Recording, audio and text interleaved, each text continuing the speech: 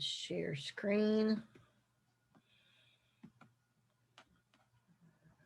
Okay. Let's see.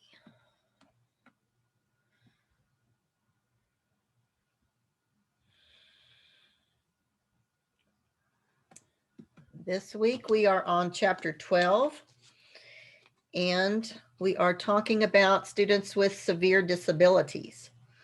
So welcome. And before we get started, let me talk about a couple of things that are relevant to our calendar. This is the end of Unit 3, our section on low incidence disabilities. So I'll be opening up the test 3, later this week. Let's see, maybe anybody have a strong feeling about when I open up the test and when I close the test? Since you sign on, you get to have some input. Anybody? I was kind of thinking maybe Friday, Saturday, Sunday, but if anybody feels real strongly about that, I could make it Saturday, Sunday, Monday, or Sunday, Monday, Tuesday. Anybody have any strong feelings? We do like Can it be Saturday, Sunday, Monday? I'll be okay with that. Saturday, Sunday, Monday? Is that what you said, Lewis? Yes, ma'am. Okay, through Saturday, Sunday, Monday. Anybody else feel strongly about it? I was gonna say Sunday, Monday, and Tuesday. Okay. Sunday, Monday, Tuesday. Anybody else have a feeling? Okay, why don't I make it Saturday through Tuesday then? And then we get both opinions covered. All right. I'll make it Saturday through Tuesday. It opens on Saturday morning. It closes Tuesday night. And then we get some weekend time, and we get a little bit of time after the other weekend assignments are already due and turned in. How's that? That work for everybody? Yes, thank you. All right. And then I'll put an announcement up to that effect. I had a few people that missed the last test, and it was talked about in the webinar, and it was talked, and I put an announcement up. So I don't think there's a whole lot of reasons to miss the test.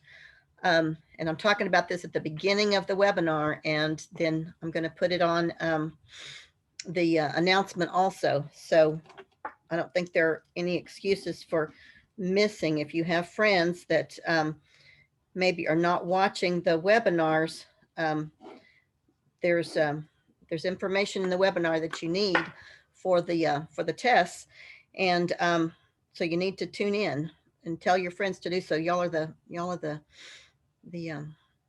the ones who are taking advantage of that. I know every week. We talked about that a little bit last week, but I know y'all are tuning in. So maybe advise your friends to do the same. So test 3 will open on Saturday and will be open through Tuesday.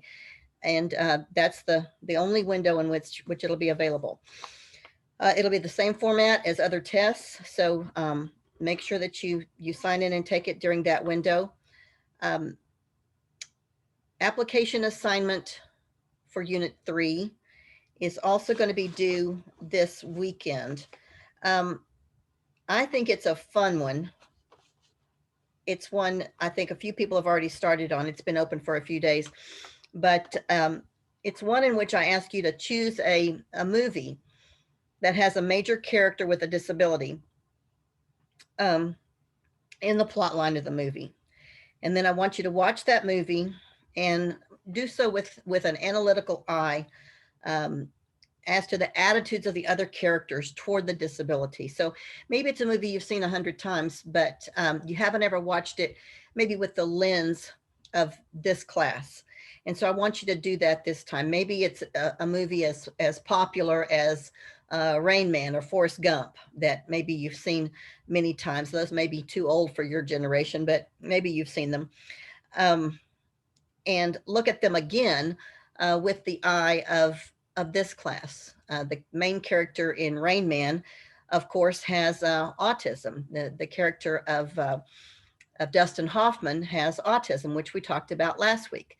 And so look at that again with what you know about autism now and the way the other people in the film treat him, the way he's perceived by other people. Is that an accurate representation of autism? Is it realistic the way people treat him? Some of those kinds of things, and answer some of those kind of questions. Is the disability perceived as a point of pity or embarrassment for the character? Is it central to the focus of the film, or is it just sort of incidental to the plot? Would the movie have been the same or different without that character or characterization in it? And then after the movie, after you watched it, write a brief synopsis of the plot and how the disability is integrated into the movie, and include your observations of the questions above. And then note how well you like the movie. I want you to give it a rating, thumbs up, thumbs down. Give it a rating of 1 through 10, like you would see on the IMDb website, a number of stars. Would you give it 5 stars out of 10 or 10 out of 10? For the rest of us, kind of give it a rating as to your recommendation for other movie watchers. So there are hundreds, probably thousands of movies that you could choose from. If you are not sure if your movie would qualify, shoot me an email and ask me. It should be pretty obvious if if a movie focuses on a character with a disability. I know a good many of the films that have focus on characters with disabilities. There are a few newer ones that I may not have seen. I have a pretty good collection of films with disabilities as their focus, or even with disability as a tangential kind of a plot line. But if you're not sure, or if you need a suggestion, shoot me an email. There are tons on Netflix, on Amazon Prime, on most of the subscription kinds of services that are out there, which I feel like most of you probably have some sort of connection to. And if not, we'll figure something out for you. I've got a huge an array of films, and if you're in the DFW area, I can loan you one on DVD. If you're on campus, there's probably a film library at the university library, or there may even be an old video store in Stephenville. I know there is in Fort Worth. You can pick up a DVD for just a few dollars. So lots and lots of opportunities for finding a film. You can stream tons of things for free. So if you don't have access to a streaming service, there's lots of opportunities to find movies for free as well. So this is an opportunity to have a little bit of fun, I think, with the subject matter, and look with that critical eye at how disabilities are portrayed in mass media. So we've talked about the test, we've talked about application activity, Unit 3, and then let's go ahead and get started with tonight's chapter, Chapter 12 again. And this is about severe disabilities. So we'll begin with a little bit of a historical perspective. We've talked about this throughout the semester, how almost all of our disabilities have been treated historically speaking. And there aren't very many where the individuals with disabilities of a particular category or type have been treated well, or have been integrated into the mainstream of society historically. And certainly this is true of people with severe disabilities. Historically, those with severe disabilities were often segregated, maltreated, and institutionalized. Those with the most severe disabilities totally ostracized. By the 1960s, maternal rubella was resulting in a high rise in the number of children with dual sensory losses. And so we had kids who were deaf and blind, and we're also going to talk about deaf blindness tonight. In the 1960s, we also had a shift toward deinstitutionalization. This began across our country and in some pockets in other places around the world, but particularly here in the US. And some of those government-run institutions where people with the most significant disabilities were housed for decades began to close down.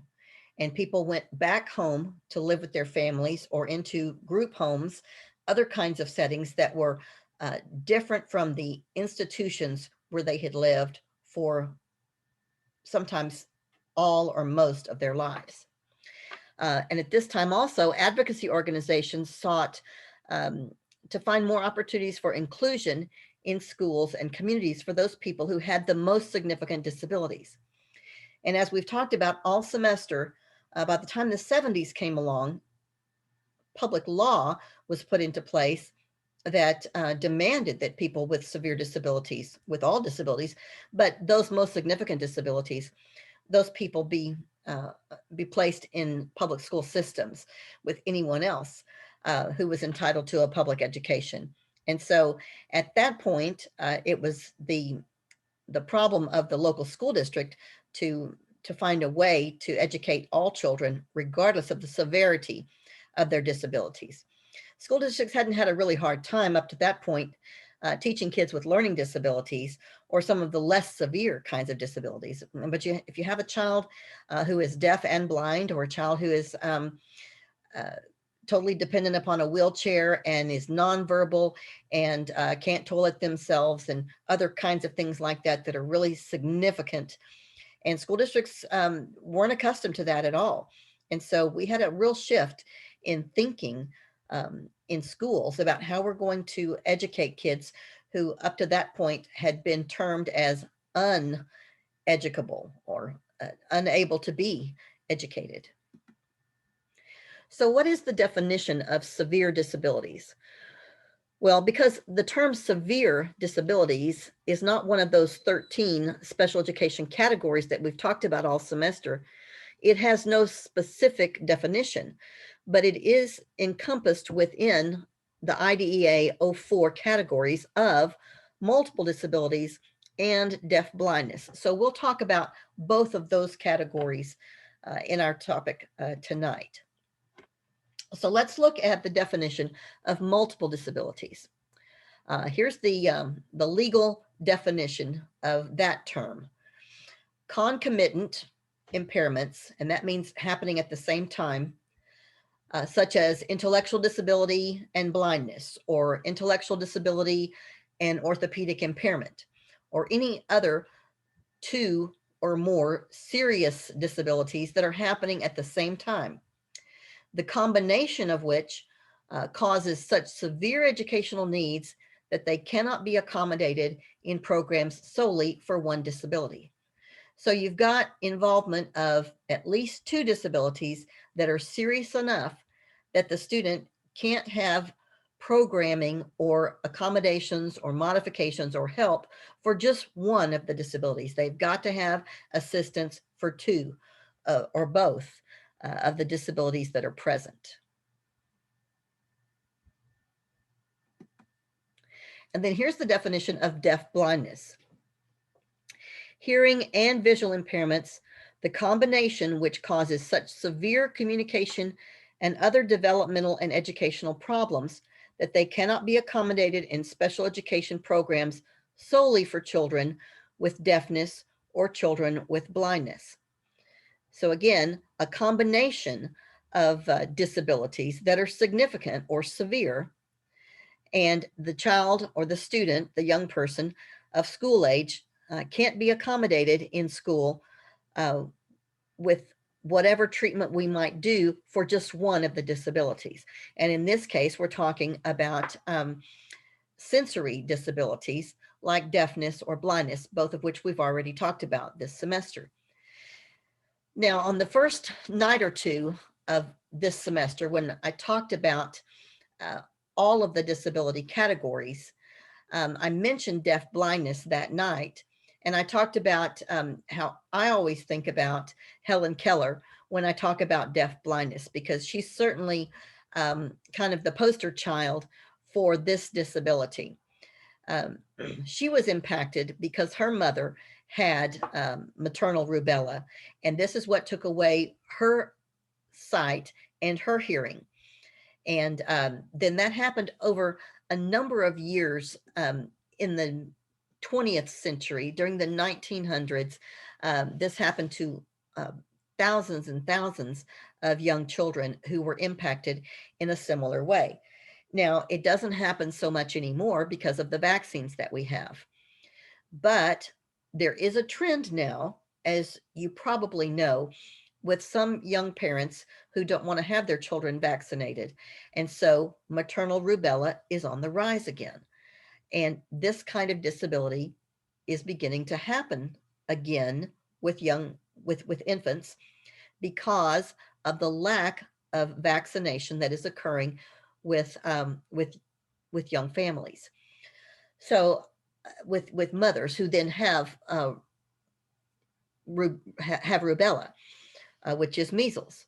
So if young women are not vaccinated when they're children, then they stand the risk of getting the measles or rubella when they are of childbearing age. And then if they have it while they are expecting a baby, then they can pass these disabilities on to their unborn children. That's the danger. And so we don't want to start this this epidemic again. I'm a big proponent of vaccines, and in fact, just got my my second COVID last week. I think I told you all that, but I think vaccines are certainly what set us apart from the third world countries of our world, when we have the ability to stop diseases with vaccines. I'm not sure why we wouldn't. That's a kind of a political topic that we don't want to get too deeply into tonight. But that's the reason why there was a generation of children who were impacted so greatly by this particular disability, probably about 100 years ago. So how are students with severe disabilities classified? Well, most students with severe disabilities will need extensive or pervasive supports. That's the nature of severe disabilities. Sometimes they are intermittent. Sometimes the need for support is just for some activities. Sometimes they are time limited. The need for support during certain periods or times of life is greater than at other periods. Sometimes it's extensive. There's an intensive need for support in one or more environments. Sometimes it's pervasive. There's an intensive need for assistance in more than one setting on an ongoing basis. So you can see that it's variable for different types of students. And we classify it in these different ways, depending upon the need of the student. So how big is the category for each of these subgroups within IDEA? Well, students with multiple disabilities make up about 0.2%, or 1 in 500 of students aged 6 through 21. It's a very small percentage. And then our deaf-blind population is also well below 1% of the school-aged population. So we're not talking about very many students at all. So what are some causes of severe disabilities? Well, you've got genetic or biological causes, which we've talked about with many of the disabilities we've covered this semester. It might include fetal alcohol syndrome or a lot of other syndromes and viruses and infections, such as encephalitis and rubella that I mentioned a minute ago. We've got environmental causes that can include trauma at birth, poisoning, accidents, lack of nurturing, lack of health care, lack of early intervention. All of those can contribute to severe disabilities. I had a friend who had a new grandbaby who was born this week with something called DeGeorge's syndrome. It's a genetic disorder that occurs on either the 22nd or 23rd chromosome. So it's a chromosomal abnormality. And it's not a common chromosomal problem, but she began listing for me all the things that can go wrong with DeGeorge's syndrome. And it can include craniofacial deformity, intellectual disability, some issues that can mimic rickets, difficulty in the growth of the child, heart problems. The list was just really long. And that's all due to a chromosomal deformity on one of the genes. And so interesting, not very common, but it can happen. And we see things like that that pop up in children that are totally unexplained, but that do occur, and then lead to situations where kids are going to be in classrooms and are going to need a lot of support. So what are possible characteristics of students with severe disabilities? Well, some are going to have diminished cognitive functioning, which will affect abstract thinking, learning, attention, and memory. Very much like the students with intellectual disabilities that we've talked about earlier this semester. Many have significant physical, health, and communication needs, much like the students that we've talked about in other categories earlier this semester. Significant developmental delays could include speech, personal social skills, behavioral issues, motor issues, learning to walk, hold a pencil, kick a ball, tie a shoe, learning, attention, memory, mobility, all of these kinds of things that we would expect for children when they get to school with kindergarten students, perhaps, or preschool kids who are coming for Head Start, kids who are 3 and 4 years old. Difficulty learning self-care skills, toileting, feeding, those kinds of things. Need for repetition to acquire skills.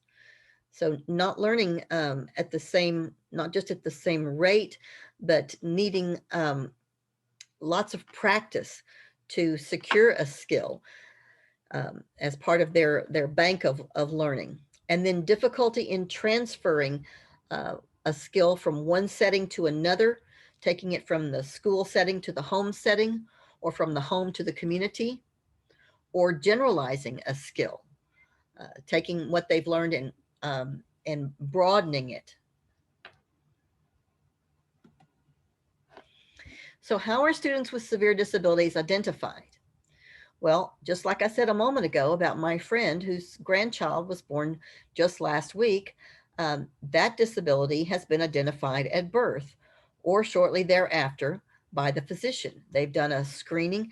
They actually had some notion that the child might have this abnormality of this gene before birth with some prenatal screenings that they had done with the mom.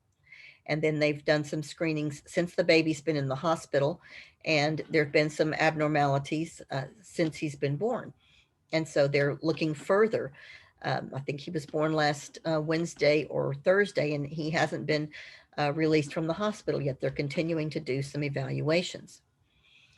Communication disorders could be diagnosed by a speech language pathologist. So when we begin to see that children aren't meeting milestones at the typical times that we would expect, then we start investigating a little bit more. So what are some common assessments for school-age students with severe disabilities? Well, we may do an IQ assessment with a school-age student. We would certainly want to look at adaptive behavior scales. We would do that through interviews with caregivers, parents, teachers, maybe daycare providers, people who work closely with the child on a daily basis to see the kinds of milestones that they're meeting. And then something that we call dynamic assessments. Perhaps we'll do some observation of the child. We might do what we call a play-based assessment, where a clinician would sit down with the child and ask them to stack blocks, or to climb up a set of stairs, or maybe put some cards in story order, things like that. Pick a particular toy out of an array of toys. Show me the ball, show me the dog, show, other things like that out of some actual toys. And then we get a sense of where the child is developmentally.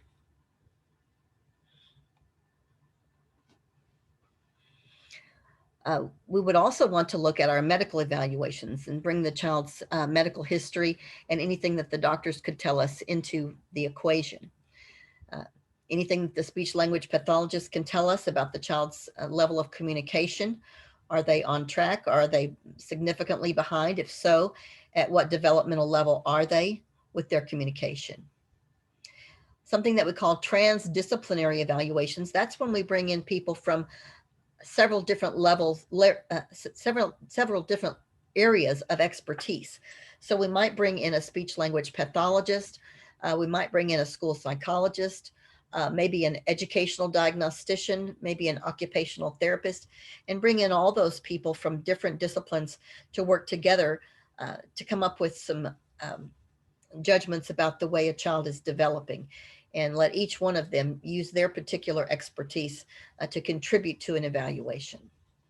And then we would also want to look at how the family functioning is working together with that child's development. So how about children who are deaf-blind? Well, we always bring in both elements, both sides of that equation. We want to observe the deafness and the blindness. We want to look at both sides. So all audiologists assess the hearing. We want to see that the loss is at 40 decibels or greater, and that represents a significant hearing loss. And then ophthalmologists or optometrists assess the vision, and visual acuity of 20/70 in the best eye with the best possible correction represents low vision. And we have to have deficits in vision and hearing such that they impede the child. We don't have to have complete deafness or complete blindness to be considered deaf-blind, just a loss in both that impedes the child. So as you see there on the third bullet, IDEA only requires a combination of hearing and vision loss that requires special education, not that the student be legally blind and deaf. So what should I teach students with severe disabilities? Well, we want to give all children general education access to the curriculum that all students are learning from. And so that should be available from early childhood up through school age for all kids. And we're going to provide whatever adaptations are needed and make the curriculum available and make whatever adjustments need to be made for students, regardless of their level of functioning. Functional skills may also be needed and identified through what we call ecological inventories. We want to check and see, how the environment works with their particular disability, what skills they really need from the curriculum at their particular grade level, how we can work that in to the world that they live in. We want to do functional behavioral assessments and alternate assessments and see how all of that works together for the student at the level at which they find themselves academically and in the curriculum that we've got at the school. We want to look at self-care. We want to look at cognition, the intellectual element. We want to see how they are communicating and what can we do to improve their communication. How are they moving motorically, through their day? Are they ambulatory? Do they use their legs to move around? Or are they in a wheelchair, or do they have to have assistance to move around? How do they use their hands? Uh, are their hands and their fingers functional? What about their social interaction? Do they use words to communicate? Do they use a communication board? Do they use sign language? What is their communication style? And then how do they use that with their peers? And then how are we going to prepare them to move from a school setting to an adult setting? And what are we doing as a school system to help them make that transition? We want to teach children with severe disabilities um, how to learn things in the school setting, but that's going to take more time and more repetition. Always build time into your schedule for lots of repetition. We want to go over and over things until they become rote. We want to base all instruction on students' needs. We don't want to waste a lot of time teaching kids to do things that aren't going to be useful to them later. We do want to adapt general education curriculum goals and objectives accordingly. We want to look at the plan that all of the rest of the kids are using, and then how can we adjust that for students with significant disabilities? And what can we pull from the general curriculum that's going to be appropriate for that student?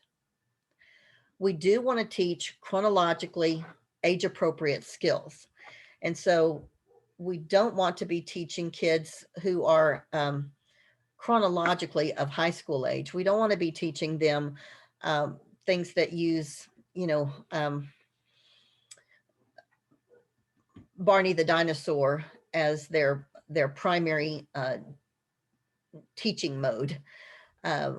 We want them to use age appropriate kinds of things. And so, maybe anime is more appropriate, age appropriate. Other kids their age are looking at those kinds of cartoons, but not Barney. And so we would want to make them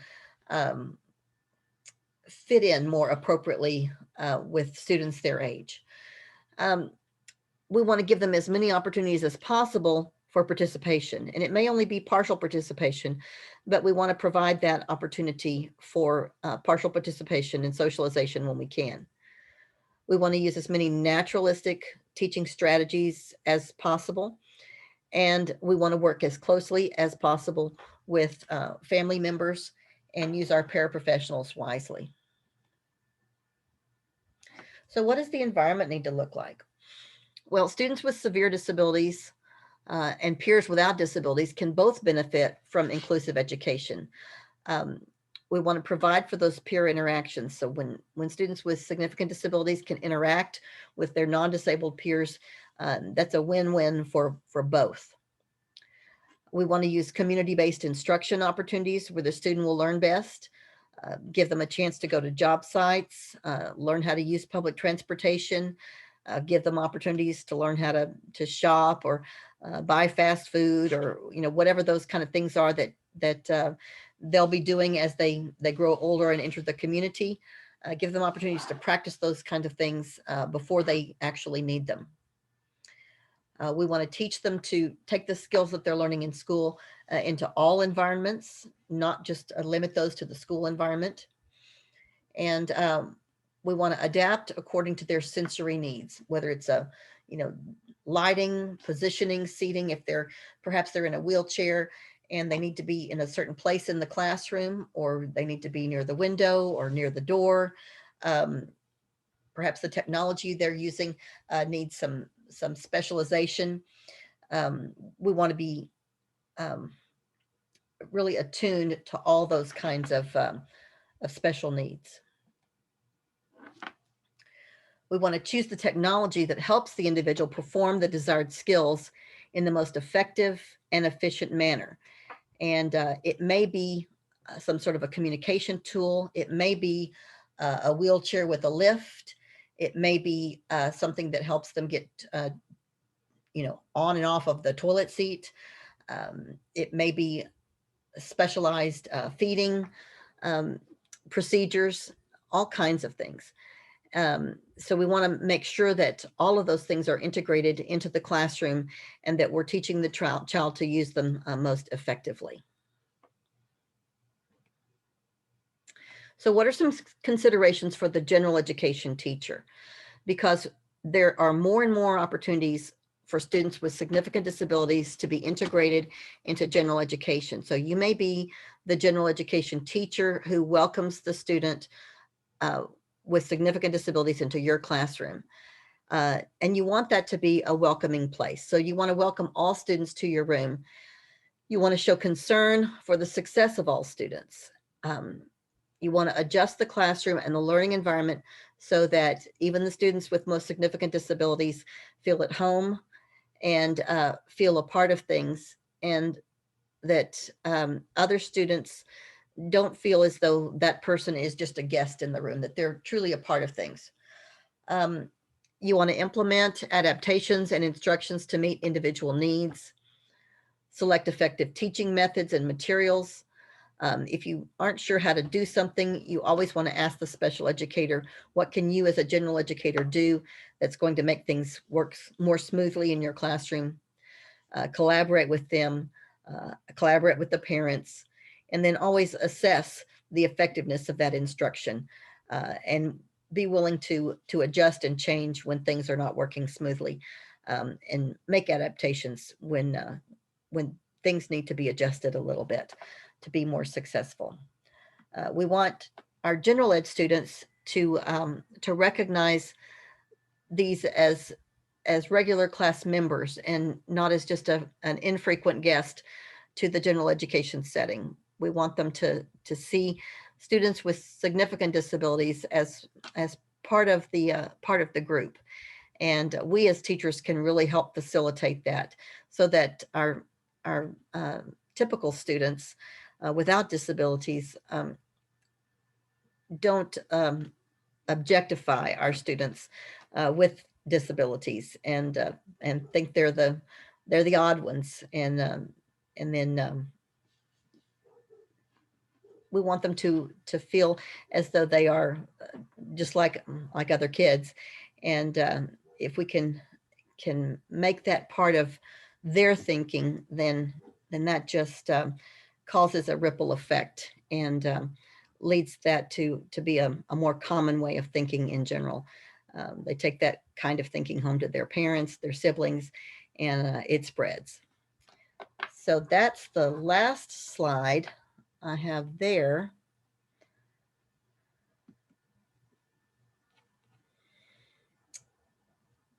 Any questions? Any questions about the chapter tonight, or the upcoming test, or the upcoming application activity? Anything? Anybody? I was just wondering if I just typed in, I forgot what it was. What's Eating Gilbert Grape, if that's a very good one. Okay. That's one of my favorites. Yeah, I just now see what you wrote in the chat. Yeah, in fact, I just watched that one maybe since Christmas. I love that one. It's one of my favorites. And that was the first thing that popped in my head. Oh yeah, it's a great one. And I think that Leonardo DiCaprio captured intellectual disability beautifully in that film. And so I think that's a great one. I would love for you to do that one. Yeah, that's a great one. One of my favorites.